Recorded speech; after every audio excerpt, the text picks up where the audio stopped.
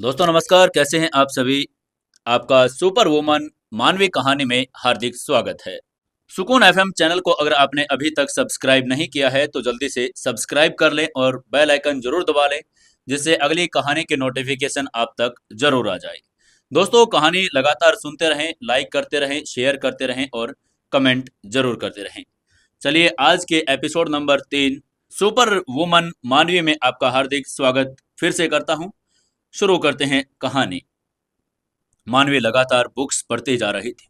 ये देखकर उसके दादाजी भी बड़े खुश हो गए थे। लेकिन जैसे ही मास्टर ने उन्हें बताया कि ये उसके लिए बड़ी खतरनाक बात हो सकती है, क्योंकि दूसरे ग्रुप के लोग आकर उसको ले जाएंगे और फिर उसका ब्रेन वॉश कर देंगे, तो ये बड़ी खतरनाक स्थिति थी। इसलिए उनको ये बात बाहर किसी को पता नहीं लगने देना था। अगर किसी को पता लग जाता तो लोग उस पर मंडराने लगते और उसको वहां से लेकर चले जाते और उसको रोकने वाला कोई होता भी नहीं था। तभी वहां दूर एक बड़े ही राजधानी में दाखिल होने पर क्षेत्र में इमारत में एक सफेद वस्त्र पहने एक बूढ़ा बैठा था। उस बूढ़े आदमी के आसपास बैठे व्यक्ति ने भी तभी बोहें चढ़ाते हुए पूछा, कैसा चल रहा है, कोई नई खोज? यह व्यक्ति सफेद लबादा पहने हुए था और उसका शरीर सुंदर औरत के जैसे था। उसके मुलायम सीधे हरे बाल इतने लंबे थे कि जमीन को छू रहे थे। उसके चेहरे के नए नक्श इतने सुंदर थे कि लोग उसको देखकर ही दंग रह जाते थे। लेकिन उसकी आंखों में पुतलियां नहीं थी। उसकी दोनों आंखें पूरी तरह से सफेद थी और यह बहुत अजीब बात थी। हरे बालों वाली उस अजीब महिला ने सिर हिलाकर मना करते हुए कहा, हाइनेस, कोई प्रोग्रेस नहीं हुई है। तभी मेज के दूसरी तरफ बैठे एक व्यक्ति ने अधीरता से पूछा, ऐसा कैसे हो सकता है? आप सबसे पावरफुल दिव्य दृष्टि हैं, लेकिन आप उस व्यक्ति को ढूंढ नहीं पा रहे जिसे देवता भी ढूंढ रहे हैं। अजीब हरे बालों वाली महिला ने कड़वाहट से कहा, नहीं नहीं, ऐसा नहीं है। मैं कोशिश कर रही हूं, लेकिन मैं उसकी जन्म कुंडली नहीं पढ़ पा रही हूं। तभी उसके सीनियर ने आह भरते हुए कहा, ठीक है, अब बहस मत करो। वो व्यक्ति जिसे वो ढूंढ रही है वो जोर असामान्य होगा। हमें बस एक आदेश जारी करना है कि देश के सभी प्रमुख लोगों को यहाँ ला जाए। सभी उसकी बात से सहमत हो गए थे। वहीं उधर शेखावत महल रात होने पर अभी भी जगमगा रहा था। सिर्फ बलदेव ही नहीं, राजधानी के सभी धनी परिवारों के घर जगमा रहे थे। रात में केवल वे आम लोग ही अंधेरे में रहते थे जो मोमबत्तियां भी नहीं जला सकते थे। वहीं अपने बेडरूम में मानवी बिस्तर पर लेटी हुई थी। वह अपनी उंगलियों पर आग के गोले से खेल रही थी। मानवी को याद आया कि बलदेव ने उसे स्टडी रूम में आने के लिए कहा था। उसने अपने आप को एक चुनौती प्रतिभा को छुपाना ही होगा और वो अपनी पावर का इस्तेमाल दूसरों के सामने नहीं उसको करना है, जब तक कोई बहुत बड़ी आपात स्थिति न बन जाए। खासकर प्रकाश के मंदिर में उन्हें बिल्कुल भी पता नहीं चलना चाहिए। जब तुम इंस्टीट्यूट के लिए परीक्षा दोगे तो याद रखना कि आपको अपनी पावर का कंट्रोल करना होगा। जब मानवी ने सुझाव दिया कि क्या वो इंस्टीट्यूट में जाकर शंकर से सीख नहीं पाएगी, तो बलदेव ने सख्ती से मना कर दिया था। यह बिल्कुल स्पष्ट था कि उसे विश्वास नहीं था कि शंकर मानवी का मास्टर बनने के योग्य है। शंकर ने कहा था कि एकमात्र व्यक्ति जो आपका मास्टर बन सकता है वो वही व्यक्ति है, लेकिन उन्हें खोजने के लिए आपको इंस्टीट्यूट में तो जाना ही पड़ेगा। एक बार जब आप उसकी छात्रा बन जाओगी तो प्रकाश के मंदिर के बारे में चिंता करने की कोई जरूरत नहीं होगी। इन रहस्यमय शब्दों को कहने के बाद शंकर ने बात करना बंद कर दिया था। उन्होंने यह भी उल्लेख नहीं किया कि यह व्यक्ति कौन था, लेकिन यह स्पष्ट था कि एक बार मानवी उस व्यक्ति की छात्रा बन गई तो प्रकाश के मंदिर के पास ले जाने का कोई मौका नहीं होगा। निश्चित रूप से शाही और दैवीय शक्तियों के बीच हमेशा संघर्ष होता रहता था। मानवी ने अपने हाथ के छोटे आग के गोले को बुझा दिया। उसे वो मंत्र याद आया जो शंकर ने उसे फायर ढाल से एक रात पहले सिखा दिया था। स्पष्ट रूप से मंत्र व्यापक रूप से ज्ञात नहीं था और ये शंकर का अपना जादू होना चाहिए था। उसकी कीमती संपत्ति लेकिन उसने इसे मानवी को निस्वार्थ भाव से सिखा दिया था। शरीर के चारों तरफ फायर एलिमेंट्स को समूह बनाकर व्यक्ति हमलों से बचने के लिए एक ढाल बना सकता था। एकमात्र समस्या ये थी कि मानवी अभी तक एक ढाल बनाने में सक्षम नहीं थी। मानवी को स्पष्ट रूप से याद था कि शंकर ने कहा था कि आप बहुत अधीर नहीं हो सकते। कुछ और बार कोशिश करने के बाद मानवी ने अस्थायी रूप से हार मान ही ली थी। जादूगरों और सामान्य लोगों के बीच में यही अंतर था कि सामान्य लोग बहुत देर तक बिना थके जाग नहीं सकते थे, जबकि जादूगर ध्यान के माध्यम से अपने जादुई पावर और शरीर की ताकत दोनों को दोबारा प्राप्त कर सकते थे। 3 घंटे के बाद ही मानवी ने अपनी आंखें फिर से खोल ली थी। वो बहुत ताजा ताजा महसूस भी कर रही थी। ये 3 घंटे सोने से ही बहुत बेहतर हो गई थी। 3 दिन बाद मानवी ने अपनी कुछ पावर्स बचाकर रखते हुए इंस्टीट्यूट की परीक्षा पास कर ली थी। अब वो सनराइज इंस्टीट्यूट में पढ़ाई कर सकती थी और रोहित उसका बॉडीगार्ड होने के नाते उसकी सेफ्टी के लिए हर समय उसके साथ रहना चाहता था। लेकिन रोहित पहले से ही एक ग्रेट मार्शल आर्ट फाइटर था और एक स्टूडेंट के रूप में इंस्टीट्यूट में वो एंटर नहीं कर सकता था। इसलिए वो सिर्फ गुप्त रूप से ही उसका पीछा कर सकता था। सनराइज इंस्टीट्यूट के भव्य एंट्री गेट पर सनराइज इंस्टीट्यूट के अक्षर साफ साफ सुनहरे अक्षरों में लिखे हुए थे। ये घमंडी अक्षर अंधेरा होने पर भी रात को चमक उठते थे। जाहिर है ये किसी न किसी जादू से बने हुए थे। मानवी के गेट में प्रवेश करते ही रोहित ने उसे धीरे से कहा, मिस, मैं गुप्त रूप से आपकी सिक्योरिटी का ध्यान रखूंगा। आप कभी भी चिंता न करें। यह कहने के बाद वो पाए पलक झपकते ही वहां से गायब हो गया। मानवी ने अपना स्टूडेंट कार्ड उठाया और एक टीचर के पीछे पीछे फायर क्लास में चली गई। जैसे ही वो अंदर गई, उसने देखा कि सभी उसे अजीब निगाहों से देख रहे थे और सबसे पीछे उसने एक जिज्ञासु और हैरानी से भरी हुई आंखें देखी। ये सेकंड प्रिंस निशांत गुप्ता था। उसको देखते ही मानवी ने मन ही मन में हैरान होते हुए कहा, क्या क्या वो भी फायर क्लास का स्टूडेंट है? तभी मंच पर खड़ी टीचर ने मानवी का इंट्रो क्लास के साथ करवाते हुए कहा, आज मैं आप लोगों को एक नई क्लासमेट से मिलवाने के लिए आई हूं। ये मानवी शेखावत हैं, आपकी नई क्लासमेट। मंच पर टीचर शोभा खड़ी थी, जो एक सौम्य अधेड़ उम्र की महिला थी और फायर क्लास की प्रेमास्टर भी थी। मानवी को आगे बढ़ने में मदद करने के लिए प्रेमास्टर ने बेसिक बातों पर गौर किया। शोभा ने हल्के से मुस्कुराते हुए कहा, मानवी, तुम जहां चाहो बैठ सकती हो। वो मानवी की पहचान के बारे में अच्छे से जानती थी, इसलिए बहुत विनम्र भी थी। मानवी ने हल्के से सिर हिलाते हुए कहा, थैंक यू मास्टर। और उसका धन्यवाद व्यक्त करने के बाद मानवी पीछे की खाली सीटों की तरफ चली गई। हालांकि मानवी उनकी अजीब निगाहों को महसूस तो कर पा रही थी, लेकिन उसने उन्हें पूरी तरह से इग्नोर कर दिया था। सीधे जाकर शोभा की बातें सुनने लगी और शोभा की बातें काफी हद तक वैसी ही थी जैसे कि बातें उन किताबों में लिखी हुई थी।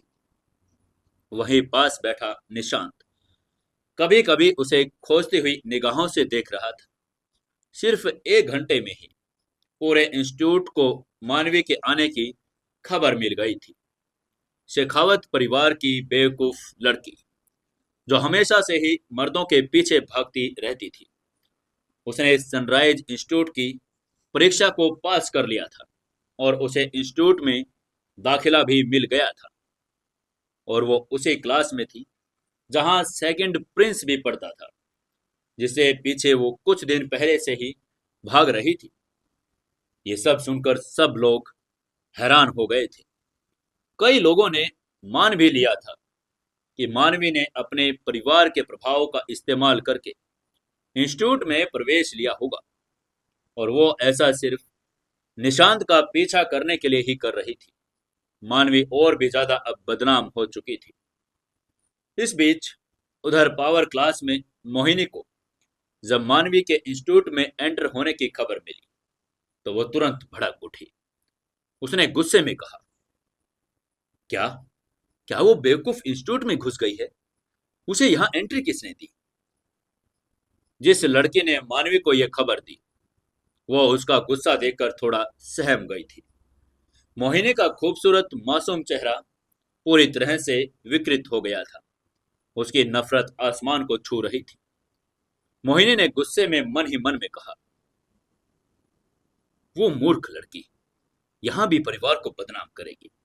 दादाजी ने उस बेवकूफ को इंस्टीट्यूट में परिवार के नाम को बदनाम करने के लिए आखिर भेजा ही क्यों? क्या उन्हें नहीं लगता कि शेखावत परिवार का नाम इस बेवकूफ लड़की की वजह से पहले ही बहुत ज्यादा बदनाम हो चुका है? मानवी मर्दों की दीवानी है बेवकूफ। मैं तुझे इंस्टीट्यूट से तो खुद ही निकलवा दूंगी, तुम चिंता ना करना। मोहिनी ने अपनी आस्तीन में मुट्ठी भींचते हुए मन ही मन मानवी को निकालने का फैसला कर लिया था। तभी उसके पास खड़ी एक लड़की ने बेचैनी से पूछा, मोहिनी, अब तुम क्या करोगी? तुम कुछ गलत कदम मत उठा लेना। कोई बात नहीं, वो तुम्हारी बड़ी बहन है, तुम्हें इतना गुस्सा नहीं होना चाहिए। मोहिनी गुस्से में गरजते हुए बोली, तुम तो चुप ही रहो। मेरी कोई ऐसी बड़ी बहन नहीं है। वो बेवकूफ कभी भी मेरी बड़ी बहन हो भी नहीं सकती। मोहिनी बहुत ज्यादा गुस्से में हो गई थी। मोहिनी के आसपास के लोग उसका उग्र रूप देखकर चुपचाप चुप हो गए थे। कुछ भी कहने की हिम्मत नहीं जुटा पा रहे थे। सब के सब जानते थे कि मोहिनी न सिर्फ पावरफुल बलदेव शेखावत की पोती थी, बल्कि इंस्टीट्यूट के प्रिंसिपल की एक सम्मानित स्टूडेंट भी थी। भला कौन उसकी इंसल्ट करने की हिम्मत कर सकता था? सनराइज इंस्टीट्यूट एक फुल टाइम इंस्टीट्यूट था। इसमें टीचर भवन, सामाजिक आवास और स्टूडेंट के हॉस्टल भी थे।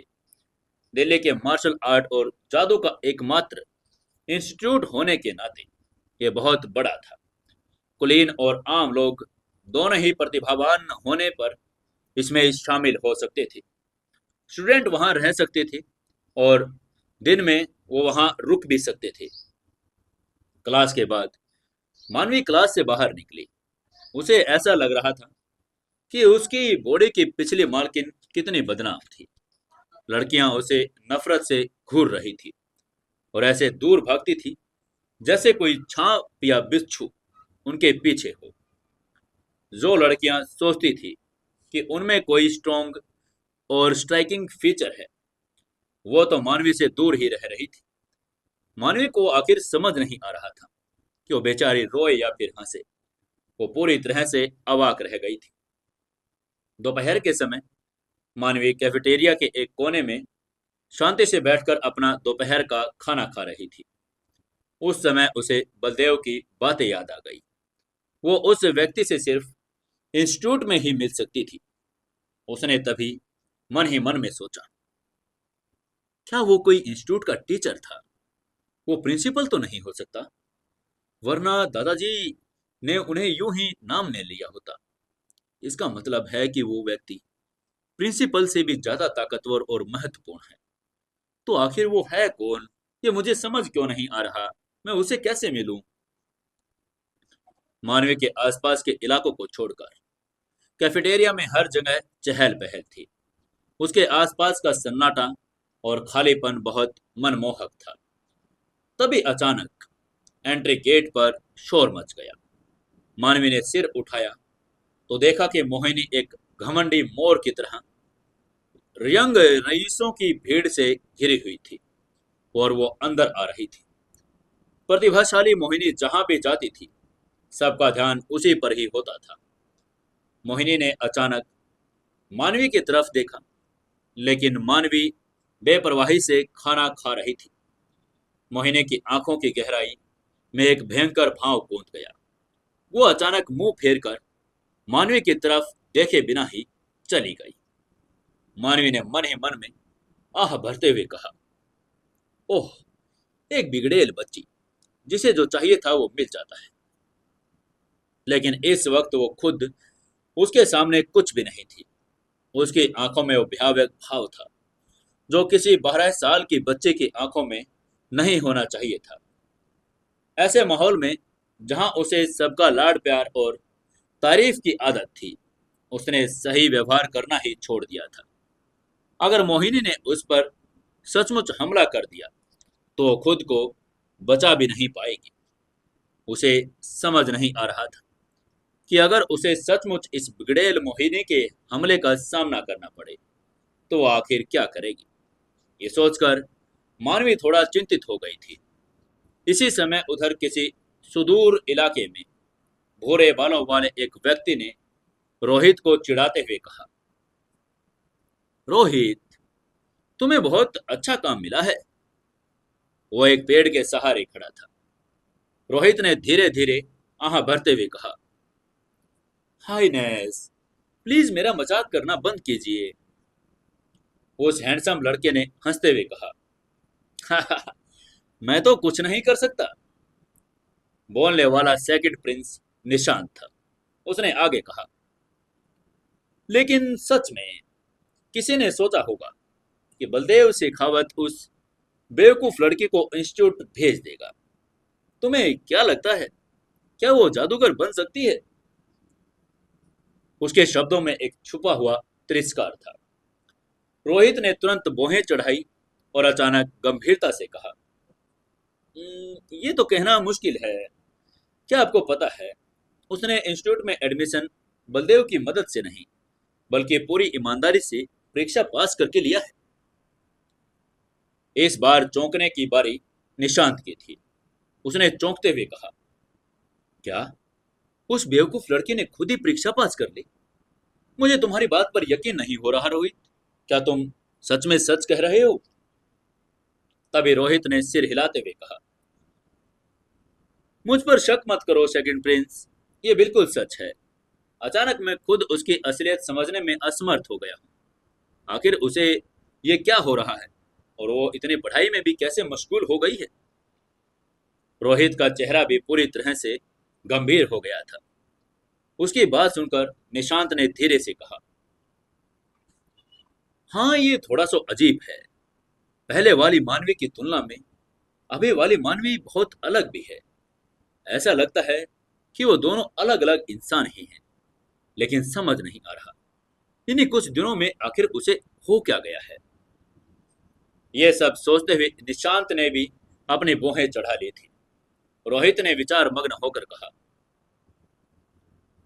पहले तो मैंने सोचा था कि वो आपको जानबूझकर इग्नोर कर रही है ताकि बाद में आप उसको थोड़ी इंपॉर्टेंस दें, लेकिन अब ऐसा लगता है ऐसा है नहीं। वो किसी और चीज में ही खुली हुई है। निशांत ने हैरानी से पूछा, तो फिर तुम आगे क्या सोचते हो रोहित? आगे हमें अब और क्या देखने को मिलेगा? रोहित ने मुस्कुराते हुए कहा, बस अभी तो चुपचाप देख ही सकते हैं। कोई तो है जो कुछ करने के लिए बेताब हो रहा है। ये तो समय पर ही पता चलेगा। निशांत, जो एक पल के लिए उलझन में था, वो अचानक समझ गया। उसने कंफर्म करते हुए कहा, क्या तुम मोहिनी की बात कर रहे हो? रोहित ने सिर हिलाकर ठंडी मुस्कान बिखेरते हुए कहा, ठीक है मेरी बेवकूफ मालकिन, जो लड़कों के पीछे भागती रहती है, जो भी करने का प्लान बना रही है, मुझे लगता है हमें उसका प्लान जल्द ही पता भी चल जाएगा। निशांत ने ठंडे स्वर में अपने होठ सिक्योरते हुए कहा, क्या उसकी सिक्योरिटी का ध्यान रखना तुम्हारा काम नहीं है? रोहित ने मजाकिया लहजे में कहा, उसे थोड़ा कष्ट सहना चाहिए। बस मैं थोड़ा लेट हो जाऊंगा। जहां तक उसकी सुरक्षा की बात है, मैं उसे मरने नहीं दूंगा। और ये तो बस दो बहनों का ही खेल है ना? उसकी आंखों में मजाक की एक चमक दिखाई दी, क्योंकि वो एक अच्छा शो देखने के लिए तैयार था। निशांत ने हंसते हुए सिर हिलाया, लेकिन उसके दिल में एक अजीब सी अनुभूति थी, एक हल्की सी बेचैनी। क्या वास्तव में यह पता लगाना संभव था कि क्या हो रहा था? वहीं इधर दोपहर में मानवीय की कोई क्लास नहीं थी, इसलिए वो शांत परिसर में टहलने लगी। टहलते टहलते मानवी ने लाइब्रेरी जाने का सोचा। उसने पास से गुजर रहे एक अनजान लड़के से पूछा, माफ कीजिएगा, लेकिन लाइब्रेरी किस तरफ है, क्या आप बता सकते हैं? अप्रत्याशित रूप से इस लड़के ने मानवी को ऐसे देखा जैसे वो कोई भूत हो, और घबराए हुए चेहरे के साथ जल्दी से वहां से भाग गया। वो समय समय पर पीछे मुड़कर देख भी रहा था, मानो उसे डर हो कि मानवी उसे परेशान करने के लिए उसका पीछा करेगी। उसकी हरकत देखकर मानवी अवाक रह गई थी। उसने मन ही मन में सोचा, ये आदमी सुअर जैसा लग रहा है। पुरानी मानवी को भी इस लेवल का इंसान पसंद नहीं आता।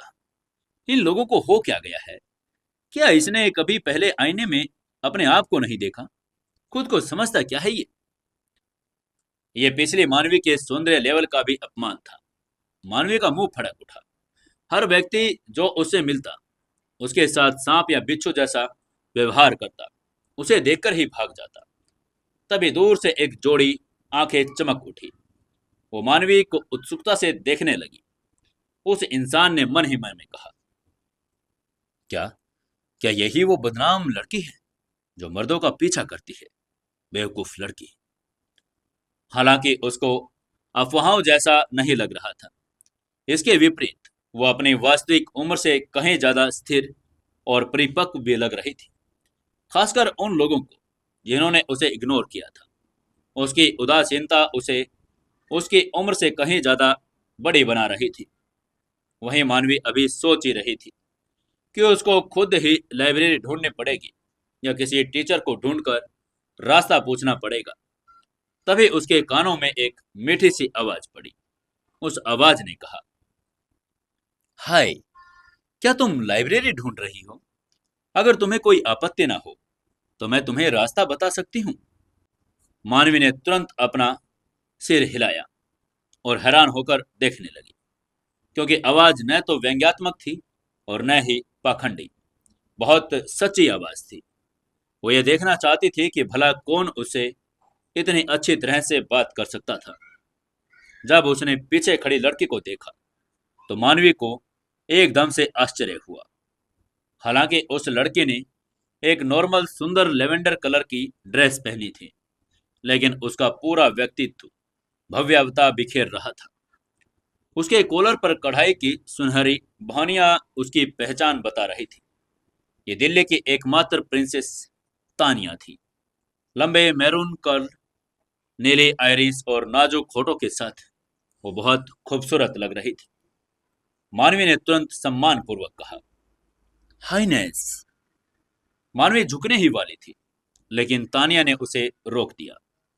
तानिया ने मानवी को झुकने से रोकते हुए मुस्कुरा कर कहा, ये इंस्टीट्यूट है, सभा नहीं है, और हम क्लासमेट हैं, इसलिए तुम्हें झुकने की कोई जरूरत नहीं है मानवी। तानिया के इस दयालुता से भरे छोटे से कार्य ने मानवी के दिल में एक सकारात्मक प्रभाव डाल दिया था। ऐसे प्रिंसेस न तो घमंडी और न ही वैभवशाली। स्वाभाविक रूप से हर किसी को उसके जैसा बनना चाहिए था। मानवी ने मुस्कुराते हुए उसका शुक्रिया अदा किया और कहा, thank you so much highness. Tania ने भी मुस्कुराते हुए कहा, इतनी दूर जाने की जरूरत नहीं है, मैं तुम्हें लाइब्रेरी ले चलती हूँ, चलो मेरे साथ। उस लड़के ने उसे बहुत उत्सुक और दिलचस्प बना दिया था। उसे लग रहा था कि उसके सामने वाली लड़की इतनी सीधी सादी थी नहीं। ऐसा सोचने पर पीछे कोई खास वजह नहीं थी, बस उसे ऐसा लग ही रहा था। प्रिंसेस तानिया मानवी को लाइब्रेरी तक ले गई। रास्ते में कई लोग हैरान नजरों से उन्हें ही देख रहे थे। लोगों को समझ नहीं आ रहा था कि भला प्रिंसेस उस मर्द के पीछे भागने वाली बेवकूफ लड़की के साथ कैसे घूम सकती थी।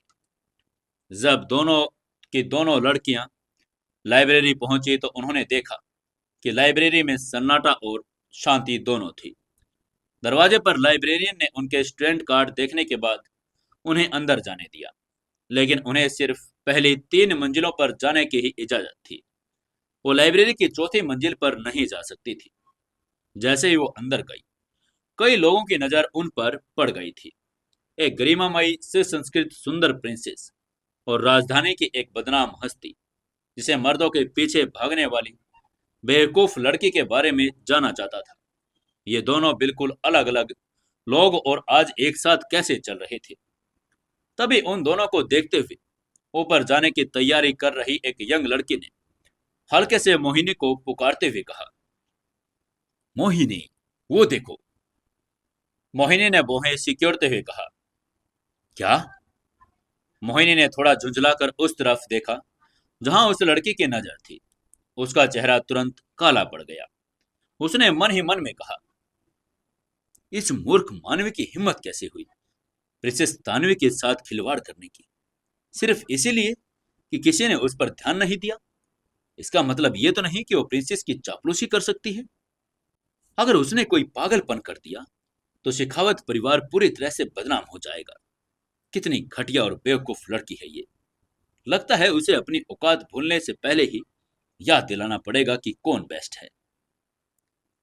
ये सब सोचते हुए उसने फुंकारते हुए कहा, चलो उसे सबक सिखाते हैं। मोहिनी ने ठंडे स्वर में कहा और ऊपर चली गई। मोहिनी ने मन ही मन में दृढ़ निश्चय करते हुए कहा, बस अब बहुत हो गया मानवी, बेवकूफ। एक बार जब तुम अकेली हो जाओगी तो मैं तुम्हें दादाजी के लिए सबक सिखाऊंगी। तभी मानवी को एक गर्माहट का एहसास हुआ। उसने अपनी नजरें घुमाई तो उसको ऊपर से आते ही मोहिनी का गुस्सा भरा चेहरा दिखाई दिया। उसने चौंकते हुए धीरे से कहा, मोहिनी। मानवी का दिल जोरों से धड़क रहा था। वह जानती थी कि उसकी शरारती छोटी बहन जल्द ही उसके साथ कुछ करने वाली है, इसलिए उसे कम समय में अपनी ताकत काफी बढ़ानी थी और कोई रणनीति सोचनी थी। तभी प्रिंसेस तानिया ने शांत स्वर में उससे पूछा, मानवी, आप किस स्टाइल की तलाश में हैं? मानवी ने मुस्कुराते हुए सिर हिलाते हुए कहा, मैं बस इधर उधर देख रही हूँ। मुझे यहाँ तक लेकर आने के लिए आपका तहे दिल से शुक्रिया हाइनेस। ये कहने के बाद उसने सम्मान पूर्वक प्रिंसेस से माफी मांगते हुए आगे कहा, और मुझे माफ कीजिएगा हाइनेस, मैं किताबें ढूंढने जा रही हूँ। प्रिंसेस तानिया ने मुस्कुराकर सिर हिलाते हुए कहा, हाँ हाँ बिल्कुल, क्यों नहीं। और यह कहते हुए वो ऊपर की तरफ चली गई। इंस्टीट्यूट की लाइब्रेरी में पुस्तकों का एक विशाल संग्रह था। मानवी ने जल्दी से कुछ किताबें ढूंढ निकाली जिनमें उसको बहुत इंटरेस्ट था, और वो पढ़ने के लिए सबसे दूर कोनों में बैठ गई थी। वो किताबों में इतनी खोई हुई थी, उसे समय का ध्यान ही नहीं रहा। जब तक कि लाइब्रेरी बंद नहीं हो गई, लाइब्रेरी ने उसे याद नहीं दिला दिया। आसमान के रंग को देखते हुए वो समझ गई थी कि शायद समय 9 से भी ऊपर हो गया था। तभी मानवी को एहसास हुआ कि तो उसके पेट में तो चूहे भी कूदने लगे थे। वो किताबों में इतना ही खो गई थी कि खाना वाना सब भूल गई थी। मानवी ने लाइब्रेरी से 2 किताबें उधार ली और वहां से बाहर निकल गई। उसके जैसे स्टूडेंट्स ज्यादा से ज्यादा 2 किताबें ही उधार ले सकते थे, जबकि मोहिनी जैसी प्रतिभाशाली स्टूडेंट जिन्हें प्रिंसिपल पसंद करते थे, टीचर की तरह एक साथ 5 किताबें भी उधार ले सकती थी। कैंपस में रात का समय था। हल्की सी ठंडी और ताजगी भरी हवा भी बह रही थी। मानवी ने आसमान की तरफ देखते हुए सोचा, क्या करूं, घर जाऊं या हॉस्टल जाऊं? थोड़ी देर सोचने के बाद उसने घर जाने का ही फैसला कर लिया। जादू से जुड़े उसके कुछ सवाल अभी भी और थे और वो शंकर से पूछना चाहती थी। बलदेव ने शंकर को मानवी का मास्टर बनने से मना भी कर दिया था, और शंकर खुद को उसका मास्टर बनने के काबिल भी नहीं समझता था। लेकिन मानवी के हिसाब से शंकर पहले से ही उसका मास्टर था, क्योंकि पहली बात उसको मास्टर शंकर ने ही सिखाई थी। जंगल के ठीक पीछे चौक के पार इंस्टीट्यूट का गेट था, और जैसे ही वो जंगल में दाखिल हुई, तभी हवा का एक तेज झोंका आया। मानवी वहीं पर रुक गई। उसकी नजरें पीछे की तरफ घूम गई। उसने ठंडे स्वर में कहा, कौन है? बाहर आ जाओ। लेकिन उसकी बात का एकमात्र जवाब हवा और पत्तों की सरसराहट थी। मानवी की आंखें ठंडी और कठोर हो गई थी। अगले ही पल जंगल से एक ठंडी आवाज सुनाई दी। बेवकूफ। ये कहते हुए मोहिनी अचानक मानवी के पीछे आ गई। अपनी सफेद पोशाक में वो किसी भूत के जैसी लग रही थी। मानवी धीरे से मुड़ी। अपने सामने पूरी तरह से विकृत चेहरे को उदासीनता से देखते हुए उसने बेबसी से आह भरी। उसे समझ नहीं आ रहा था कि ये जिद्दी और अधीर बच्ची इतनी जल्दी उसे अपने प्लान को अंजाम क्यों दे रही है। मोहिनी ने गुस्से में दांत भींचते हुए कहा, जाओ, इंस्टीट्यूट से चली जाओ और घर पर सबकी आज्ञाकारी बनकर रहो। हमारे परिवार को और कितना बदनाम करोगी तुम। पता नहीं दादाजी क्या सोच रहे हैं कि उन्होंने तुम जैसी बेवकूफ को इंस्टीट्यूट में भेज दिया। शायद तुम जब तक हमारे परिवार को पूरी तरह से शर्मिंदा नहीं कर देती तब तक दादाजी को भी कुछ समझ में आएगा नहीं। लेकिन उसकी बात सुनकर मानवी के चेहरे पर एक अजीब सी मुस्कान तैर गई। उसने मुस्कुराते हुए कहा, ओहो, अगर मैं मना कर दूं तो क्या होगा। उसके पास इस बदमाश से बहस करने का समय नहीं था। अब क्या करेगी मानवी और क्या करेगी मोहिनी। क्या मानवी वहां से निकल जाएगी या मोहिनी उसे और तकलीफ देगी।